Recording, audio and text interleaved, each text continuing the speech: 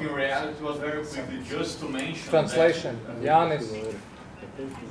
Okay, very quickly, just to mention that in Brazil there is a system very similar to this from Germany, where you have like a Sparkassen, which they have three categories. One is like the Sparkassen, the other one are the regional development banks, and then you have a national development bank.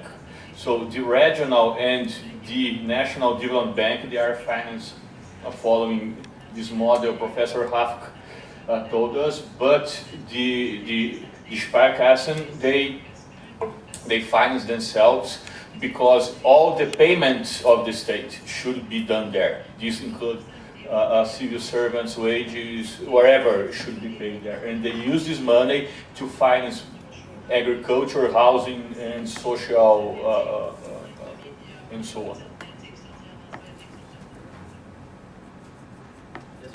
Yes, please. Yep. Just one last question, please. Yes, but in this sense, if we discuss, okay, it's a model, all right. So how do we get around the problem which we have in Latvia, where we have only one, the saving bank of the railway workers, and none others? So therefore, how to recreate them? So I'd like to see what are the other views amongst the public here.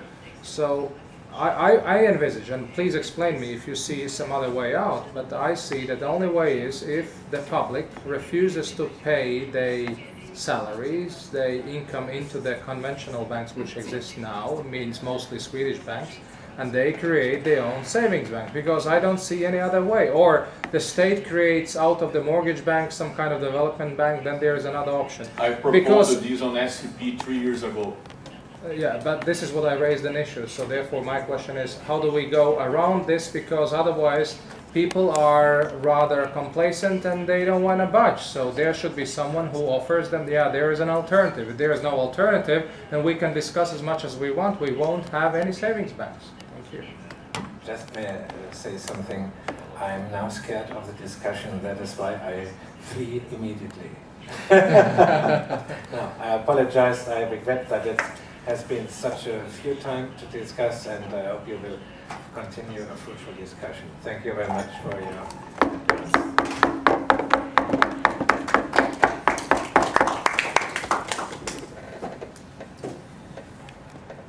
Jā, liels paldies. Liels paldies, Kristiānam, vēlreiz. Un par tiešām ļoti svarīgo ideju un ļoti svarīgo palīdzību mums bija pēdējās... English? Nē, mums ir tulkojums. Ausis. Jā? Okay. Jā. Un iepriekšējās dienās mums bija ļoti svarīgas tikšanās arī ar Centrālo banku un ar banku regulātoru, kur tiešām arī Kristiāna pieredze palīdzēja tajā ziņā, ka nebija tā, ka mēs kaut kādā veidā mēģinājām ar viņiem runāt no tādas pozīcijas, ka mums ir tagad savs risinājums, vai ne, ka mēs nākam pie viņiem un vienkārši gribam jautāt, vai viņi tam risinājumam piekrīt. Tā mēs nebijām to nostādījuši, mēs bijām drīzāk nākam ar veselu paletu ar risinājumiem. Ja? Mums bija kādi 5 risinājumi, ja? ko mēs varam piedāvāt. Un tad gan regulātoram, gan centrālajai bankai ir pavisam cits priekšstats, vai ne? Jo nav tā, ka, teiksim, mēs gribam it kā kaut ko vai uzspiest, vai ne, kaut kā, vai tikai mūsu politiku realizēt, bet mēs gribam, protams, arī ieklausīties, kas ir šīs politikas ietvarā iespējams. Un tad tiešām mums ļoti pēdējo sarunu laikā uzlabojās arī tāds, teiksim, tas sarunu klimats tieši ar institūcijām, kas ir radījušas šo pašreizējo sistēmu. Tā kā tas ir ļoti cerīgi. Un skatos, laikam, te ir piebilde. Jums ir piebilde, ja, pie tā viss? Ok, lūdzu, jā. Varētu būt. Tātad Розенцвейн kunga teikto būtu salicis vienā frāzē. Krievu valodā tas skan tā: не учите меня жить, помогите материально. Patiesībā tas ir apmēram tādā. Man liekas, visi saprat, ja nemāciet man dzīvot, dodiet man naudu. Jo patiesībā tas, ko runāja Harkas kungs, viss jau ir pareizi, bet 20 gadus atpakaļ mums bija vesela banka sistēma. Šodien šis krājazdevums ir ne tikai dzelzceļniekiem, ir vēl pie jūrnieku arotbiedrības, ir otrs tāds variants. 10 gabals šodien. Varbūt vēl 10, ja, bet tas ir viss tas, kur netiek klāt tieši pašvaldības un valdība. Tas ir saglabājies.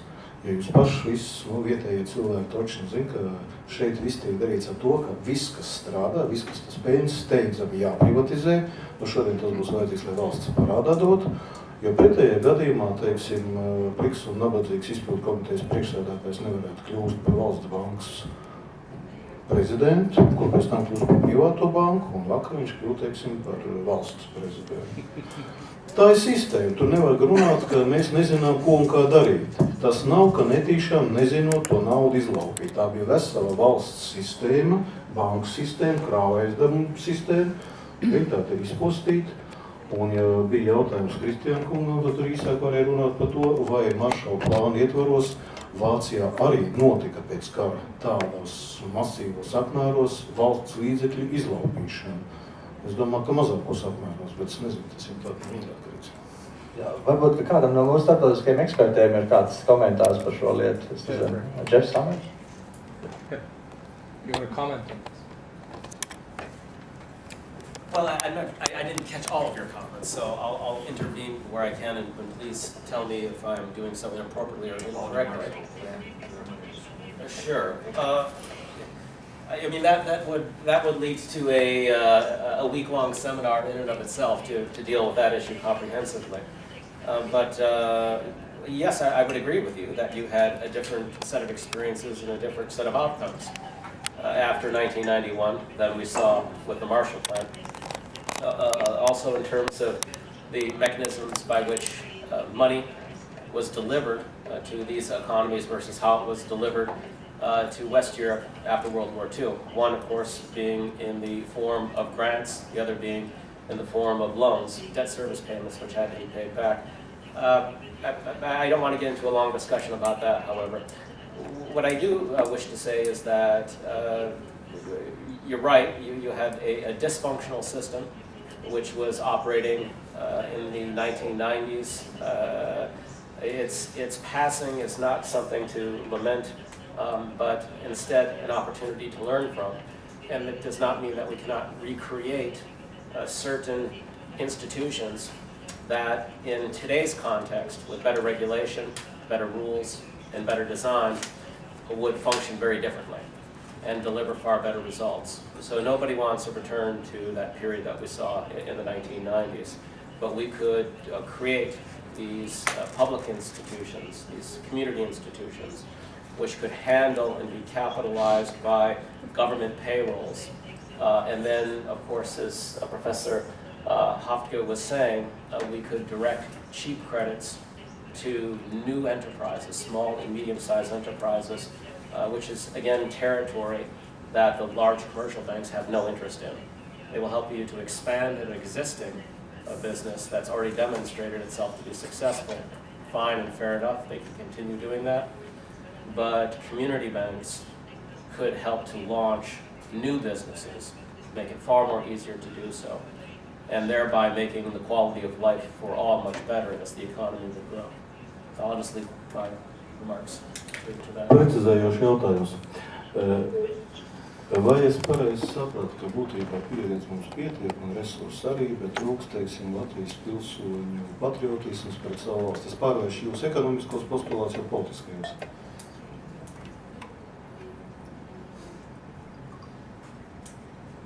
Well, I think the environment, again, in the 1990s was a very primitive one in many respects.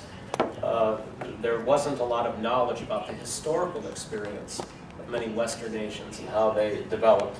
The experience was presented in a highly political and a highly caricatured way, and also in a way which was frankly quite ahistorical. Those conditions, in fact, have helped to contribute to the cynicism and the dysfunctionality that we often see in both public and private realms today. So in effect, we have to still deal with these problems of corruption and of these dysfunctional institutions, while at the same time understanding that they themselves are a product of dysfunctional institutions and dysfunctional environments. So patriotism actually does help. Another thing that actually helps historically for nations to act in ways which help and serve the national interest, as myself and Jonathan Dijon and Hajun Chung and others have said, who write on these issues of development studies. Having a perceived external threat also seems to help. You've got that. You can either believe or not believe that Russia is a threat, but you can actually mobilize people around that to get them to behave more reasonably. And a primary, not by any stretch suggesting that we create tensions with Russia. In fact, I'm suggesting that you do what the Finns did after World War II, which was to take a perceived threat of a neighboring country to actually engage it more, and to find opportunities for additional business, and to, more importantly, get your elites to behave and not rent-seek and rob the state. Just a moment, Janis was Jan bija viena piebilde. No, I want very quickly just to make a comment about all this thing, including the thing of give me money, don't teach me how to live. That look, one of the most important policies of the European Union is the so-called convergence, that we should converge to such levels, etc., etc., etc. And for this, they give us money, and we have to take in consideration that it's not just the case of an investment bank or whatever, but we have been receiving money from the European Union and so on. This money is administered by the Latvian Investment and Development Agency and so on, and the question is what we have been doing with this money. And now we have, like, our new president. He has the same surname than I, but he's not my relative. Let me just put this, well, fair enough. But then what we have been done, get the projects being financed by this European money. It's an egg in Ventspils. It is a new house for our new president, some years ago, and so on and so on. We do nothing with the money. So, and the problem is that the state is too weak. The state is unable to direct the process of development, because instead of having let's say, even taking consideration, I would dislike this, but instead of having a new liberal state, we have an anarchical state, where anyone practically with connections does whatever he or she wants, and that's it. So development is not possible in such an environment. So we argue to ourselves. Professor Jonathan John from London University, do you have some additional? Yeah, just a couple. The point was brought up about what are alternatives. I mean, I think the first thing, the point about the Marshall Plan. It's important to remember that the Marshall Plan took place in an era when there was a belief that state intervention in an activist state is a good thing. And so, actually, there was more capital flowing out of Western Europe than coming in through the Marshall Plan. But what the Marshall Plan did do was it focalized, it invested in improving the capacity of state intervention.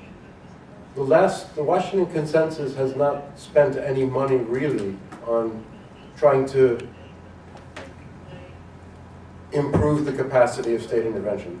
I mean, the general argument in the last 20 years, which I think has been very detrimental, is that most states are too weak to undertake something complicated like industrial policy. If you don't have the French or Singaporean or Japanese bureaucracy, forget about a complex intervention, because when the state has too much discretionary authority, it's going to lead to dysfunctional rent-seeking and corruption and unraveling. And so neoliberalism has come in not because there's not strong arguments about why state intervention can improve the prospects of economic performance. It's become dominant because of this belief that the state is not capable of undertaking anything that's going to add to social value. And I think if there's one policy in the last 20 years that's been detrimental, it's been, and it's true, a lot of states have been dysfunctional. It didn't ask the question, where did state capacity come from in places that they take for granted? You know, South Korea, up until 1950, was poorer than Bangladesh. It wasn't always a state that was capable. They didn't ask the question or study, how was state capacity created in certain critical junctures? And so I think the question, the issue about why aren't the funds being used, I'm not so sure it's because the state is weak, but because there's an ideological disposition around what you do with these funds. But and there's also something more important than that, I think, is that the political coalition, I'm not an expert on Latvia, but from what I understand of its development, I mean, it's important to think about who are the big businesses underlying the economy. And it seems to me that it's an economy driven by transport, logistics, finance. It's not an economy where the big economic elites are necessarily interested in using EU money for developing the agricultural sector, for example. There's not a constituency that's powerful economically to develop this. It's important, you know, the German story is that not only small business, but big business was very much involved in industrialization. So I think one has to look at how one can change the political coalition or convince some of the elites that already exist to switch or diversify their activities. Because without which, it's very difficult to have a state develop policies along those lines. So you need to think about the politics when you think about capacity. It's not just a technical, it's not just a technical issue. I mean, we were discussing this morning that Poland and the Czech Republic, they're very cautious about joining the Eurozone because they recognize that devaluation is quite important to their competitiveness because they have a huge amount of elites that are in industrial production, not involved in trading and not involved in finance. Whereas here, you would understand why a lot of powerful people would support trying to join the euro because they benefit from a strong currency because they're not interested in exporting things based on cheaper labor or things like that. Just two other quick points. There was a talk about small and medium enterprises. I think for a quite small economy, one needs to also talk about how you're going to develop big businesses. You know, the European Union spent as much, if not more money on developing huge enterprises. I mean, Airbus is a classic example of, you know, the biggest industrial policy in the last 30 years in Europe. It cost, you know, up to 40 billion euros to develop. And one has to remember that it's a long learning by doing process. The big issue with finance is, do you expect the private sector, whether you're talking about small or large firms, do you expect the private banking sector to take a long-run time horizon to finance learning by doing, which is what catching up is all about?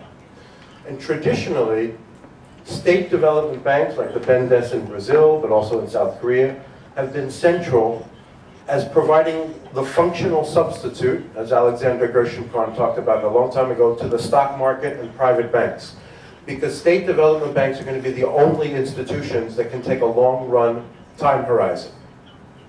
In Germany's history, you have a different institutional structure that's taken a long time horizon that wasn't talked about, and that is, there was historically a lot of cross-shareholding between banks and industrial firms.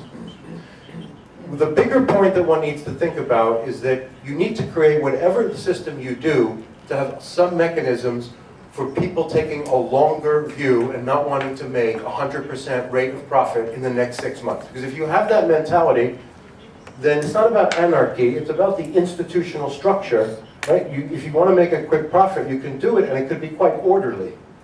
But that doesn't mean you're going to develop, right? You can just be involved in import, export, and so on and so forth. And that could be all by rules of the game.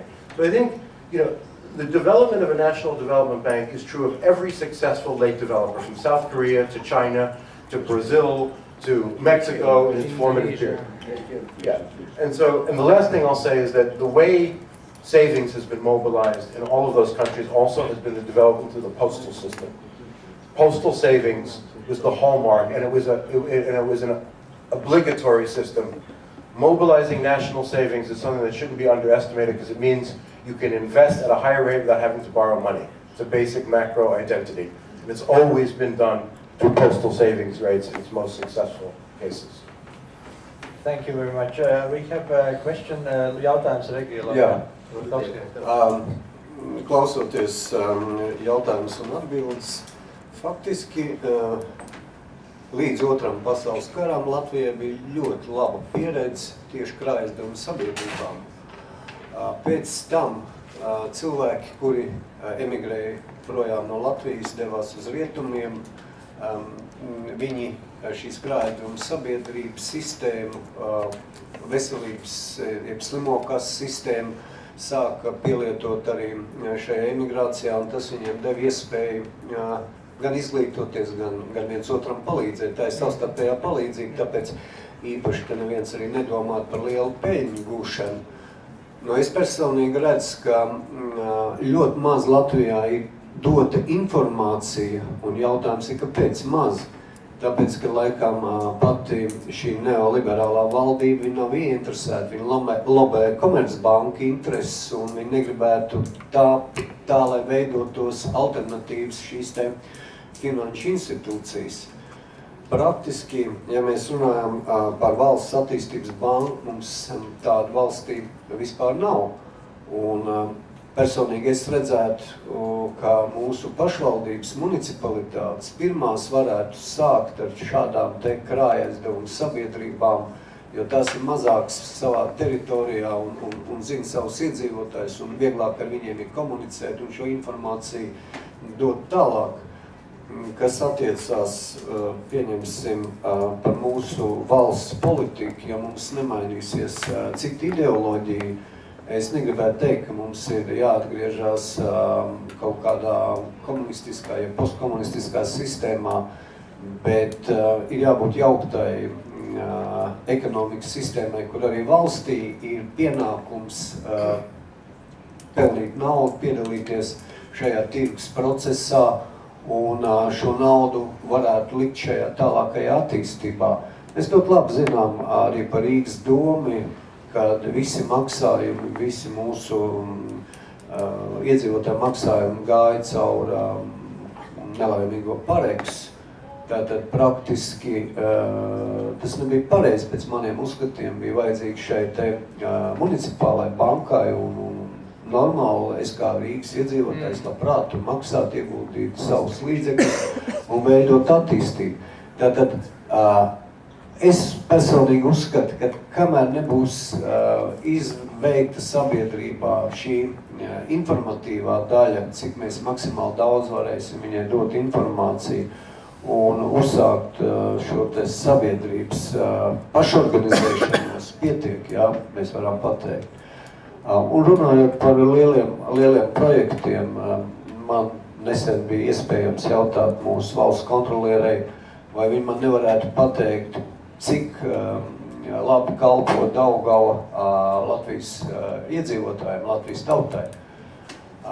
Vai nevarētu uztaisīt šādu valsts kontrolas aprēķinus. Viņi man teica, tā tur nav ko taisīt, izņemot tās 3 spēkstacijas, vai ne, Daugava mums nekā nedod. Ja mēs runājam par tranzitu iespējām un enerģiju, tas jau nevienam nav noslēpums, kad šī zaļā enerģija un hidroenerģija un tā tālāk šodien Latvijai ir ļoti svarīgi, un tas varētu būt tāds liels kopējs valstisks plāns, ne? Mēs sakām, ka Daugava mūsu likteņu upe faktiski ir arī viena no tām, kas varētu dot iespēju gan Eiropas valstīm, gan arī uz Āziju, savienojoties ar Melno jūru kā tranzitceļš, gan arī šī elektroenerģija.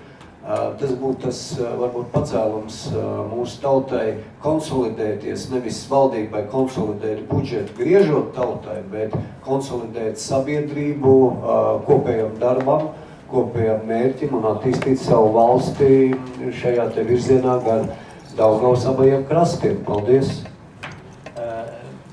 Liels paldies, Egīlam. Es sapratu, ka Džefam Samersam ir atbildi. Džef Samers? This gentleman first, and then I'll respond. Okay. He's been waiting. Jā, lūdzu. Būtībā atgriežoties pie diskusijas sākuma. Šeit bija banku sistēma, kas bija valsts bankas.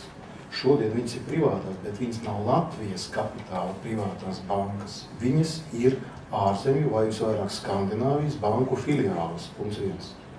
Punkts 2. Kādu gadu atpakaļ Latvijas valdība saņēma uzslavu no Zviedrijas valdību par to, cik veiksmīgi un labi viņi strādā. Ar ko izpaudās tās slavais darbs? Ar to, ka Latvijas valdība, glābjot Pareigas banku, vienlaicīgi veic arī Zviedrijas pensiju fondu glābšanu. Mēs esam pamatīgi palīdzējuši Skandināviem. Un trešais, ja tev ir tās lietas, arī tev ir saistīts savā starpā. Tagad, kad mums starptautiskais valūtas fonds uz skaistiem un it kā teorētiski pareiziem pamatiem iedāvā savus aizņēmumus, tad šie pamati saucās, un teiksim tā, ierēģņu kapacitātes celšana. Ko tas nozīmē? Ceļ algas ierēģiem, kuri neko neražo, nekad nav ražojuši un nekad neražos, tad pašā laikā izspiežot no mazajiem uzņēmējiem pēdējo sulu. Tad tas uzņēmējs varbūt arī labprāt kooperētos ar citu uzņēmēju, bet viņam tās sula jau ir izspiesta. Bet es atgādināšu visu to, ka 20 gadus atpakaļ visu to Latvijas valdība uzsāka pateicoties patiesībā konsultantiem no rietumiem. Tas nav tā, ka paši šeit to izdomāja. Es piedalījos līdzīgā seminārā, bet daudz plašākā veidā Viņā 91. gadā.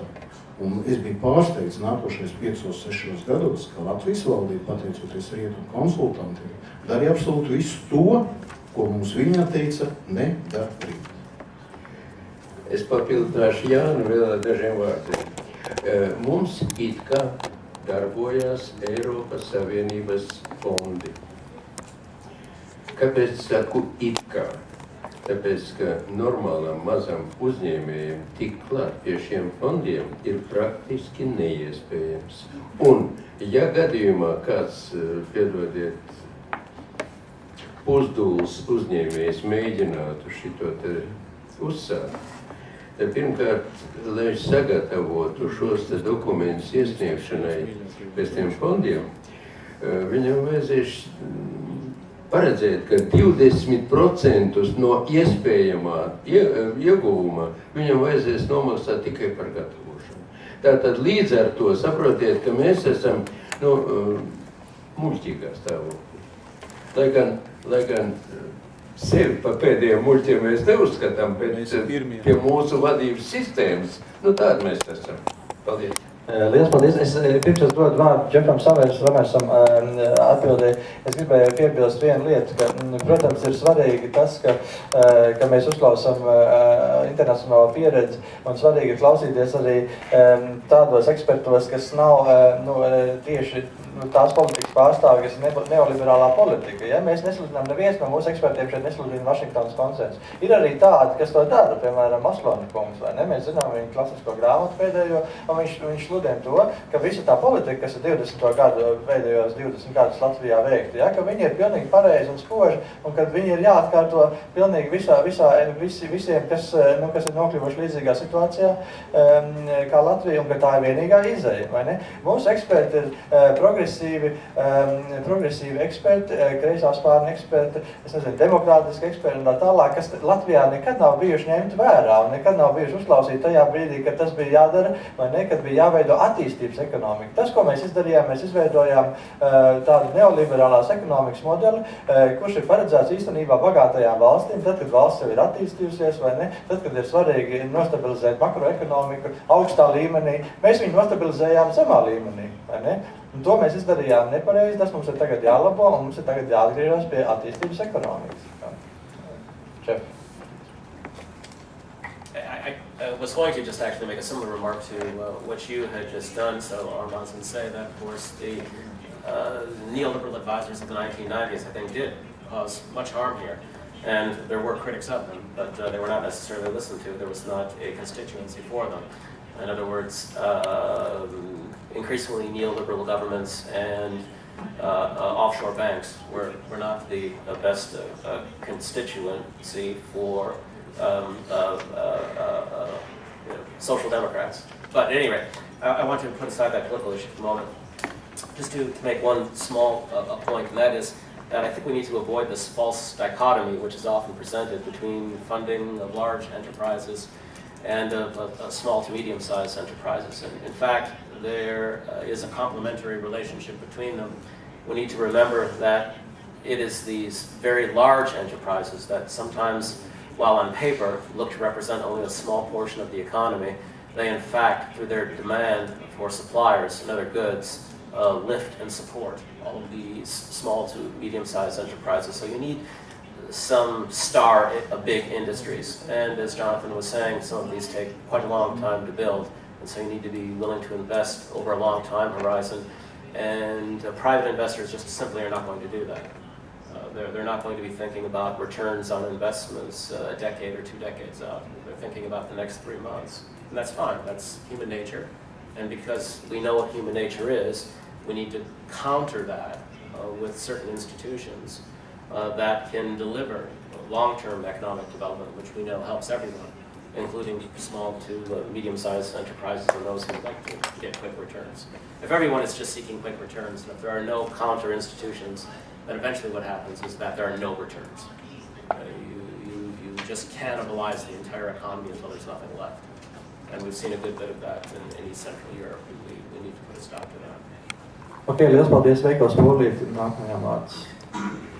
Jā, paldies Džefrijam. Patiesībā es atceros pagājušo septembri Stokholmā mēs tieši par to pašu runājām, ka patiesībā šis te īstermiņa politika, jeb short-termism, kā mēs viņu saucam, ir tas, kas ir novājinājis lielu daļu Austrum- un Centrāla Eiropas valsts, iekļaujot arī Latviju, un līdz ar to, ja mums ir tikai īstermiņa politikas interesi, tad arī uz ilgtermiņu neviens arī neskatīsies. Tas nav iespējams. Bet patiesībā es gribēju runāt pavisam kaut ko citu, papildinot to, ko Džefrijs teica. Jā, mēs zinām tās kļūdas vēsturē, kas ir pieļautas.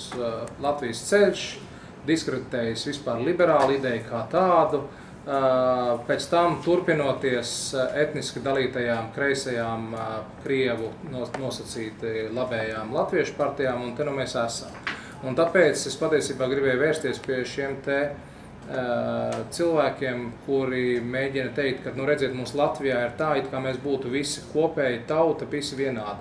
Manuprāt, tas ir viens no inerces jautājumiem, kas mums Latvijā īsti nav izdiskutēts, proti tiek uztverti visi cilvēki kā pilnīgi vienādi. Un neesam mēs vienādi, mēs esam atšķirīgi. Un līdz ar to šeit ir progresīvi spēki sanākuši kopā, lai runātu par progresīvu politiku. Ir kaut kādas citas kopas, kuras runā par liberālām vērtībām, trešās kopas, kuras runā par konservatīvām vērtībām. Tā kā varbūt ir jāpārstāj runāt par to, kad ir kaut kādas vērtības, kas ir vienojušas visai latviešu tautai.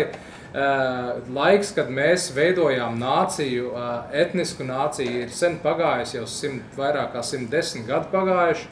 Ir jārunā par interesēm, kas mūs vieno. Šeit mēs esam progresīvi spēki, tātad progresīvs spēks vieno cilvēku, kur domā par to, kādā veidā neatkarīgi no rases, dzimuma un tā tālāk cilvēki var sanākt kopā un rūpēties par to, lai sabiedriskais labums būtu liederīgi sadalīts. Es domāju, tas ir tas svarīgākais, ko progresīvs spēki vēlās sasniegt. Paldies. Jā, liels paldies, Veiko. Jā, lūdzu.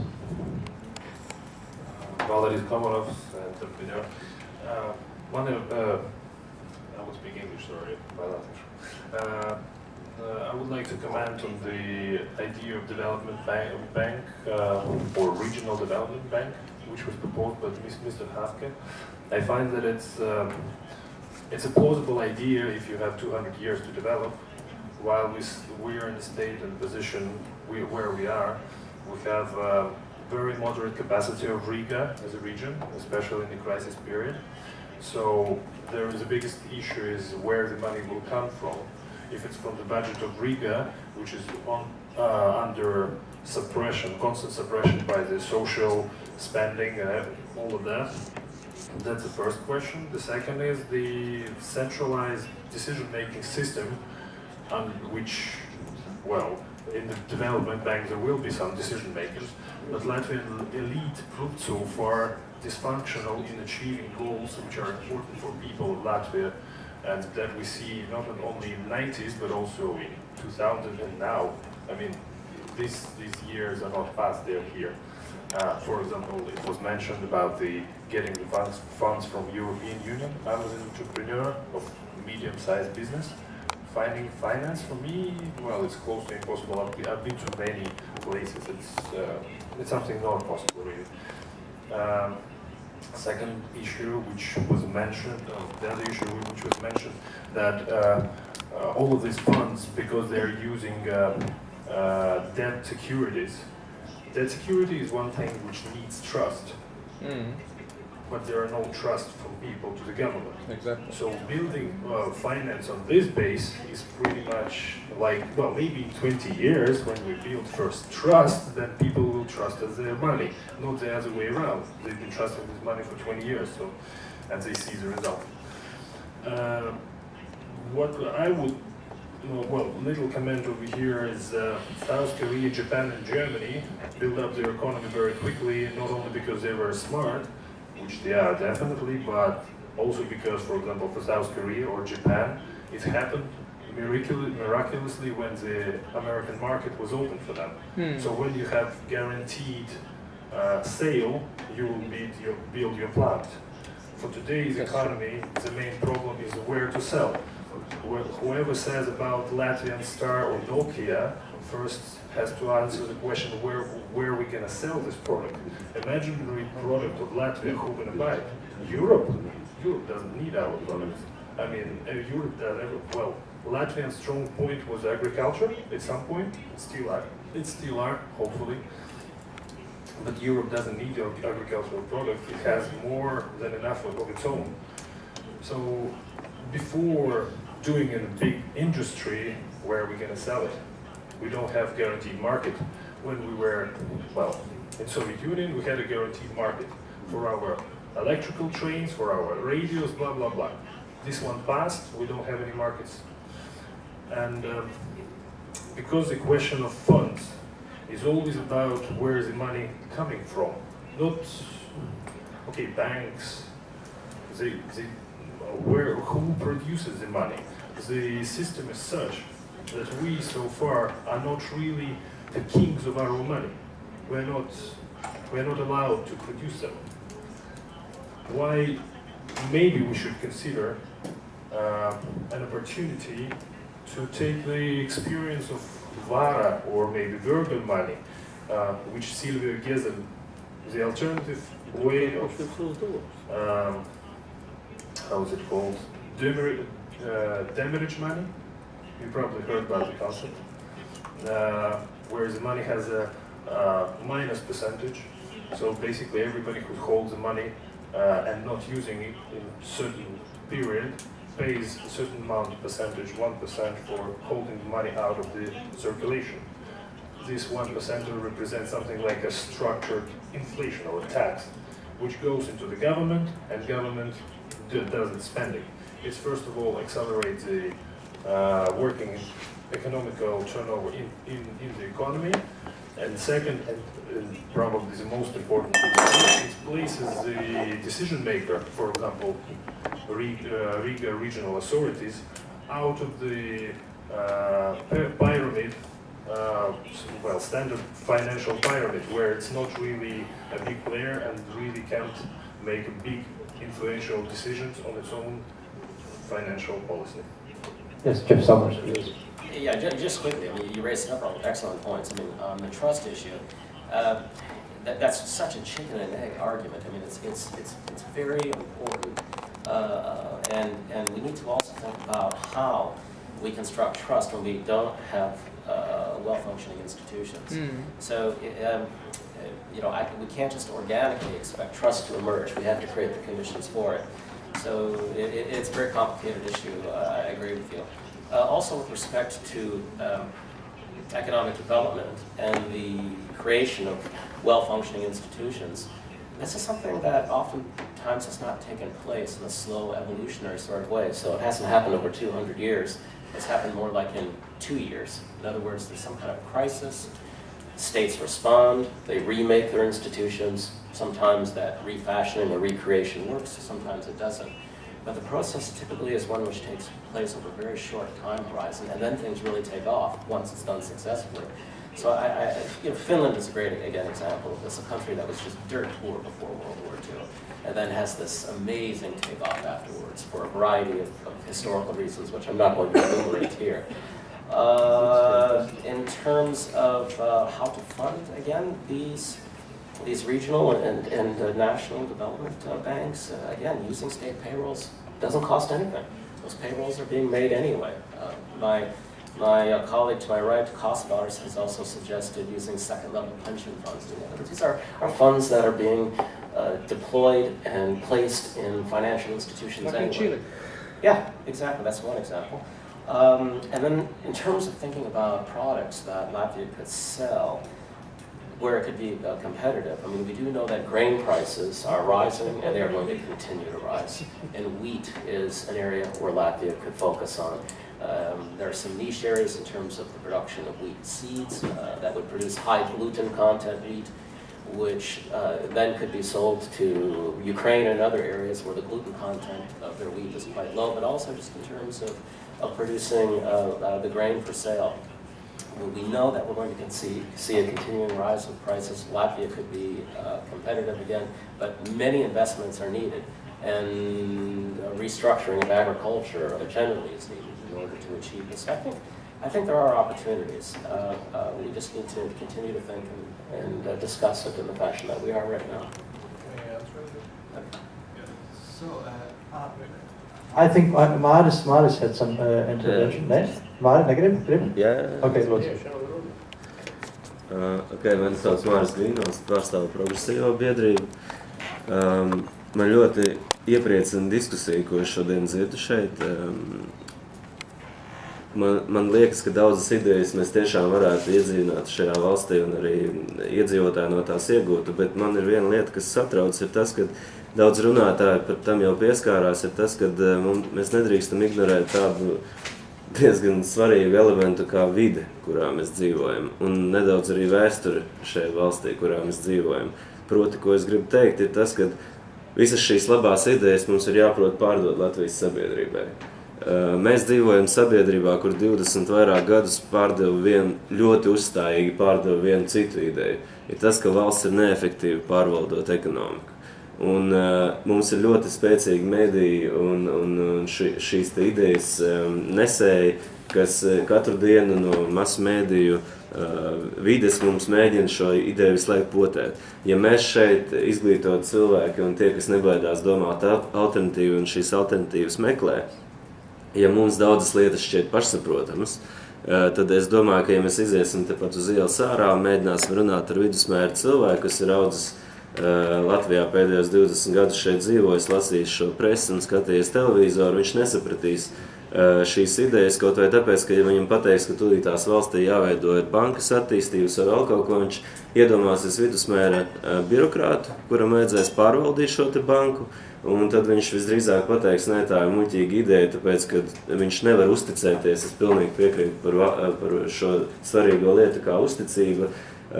Mēs 20 gadu laikā neesam izaudzinājuši valstiski domājošu birokrātu.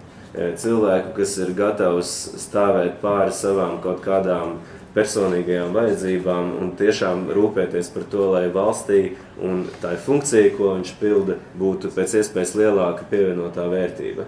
Tāpēc šis jautājums, ko mēs šodien te skaram, viņš patiesībā ir daudz plašāks, jo visiem tiem cilvēkiem, kas mēs šeit esam un visiem tiem, kas domā līdzīgi, mums ir tiešām jāveido ļoti spēcīga alternatīva vide, informatīvā vide, intelektuālais potenciāls kapacitāte, ko mēs varam caur saviem mēdījiem, caur savu alternatīvo ruporu pasniegt sabiedrībai, tāpēc, ka mums ir jāsaprot, ka elite, kura šobrīd ir pie varas, ekonomiskā elite, izveidojas apkārt tādu ideoloģisko ietvaru, kurš katru dienu tiek lietas uz galvām cilvēkiem, ko būs grūti salauzt. Ja mēs, teiksim, nevaram nopirkt varu pa naudu, kuras mums nav, jo mēs neesam tik bagāti kā viņi, mums vajag uzrunāt vienkāršo cilvēku.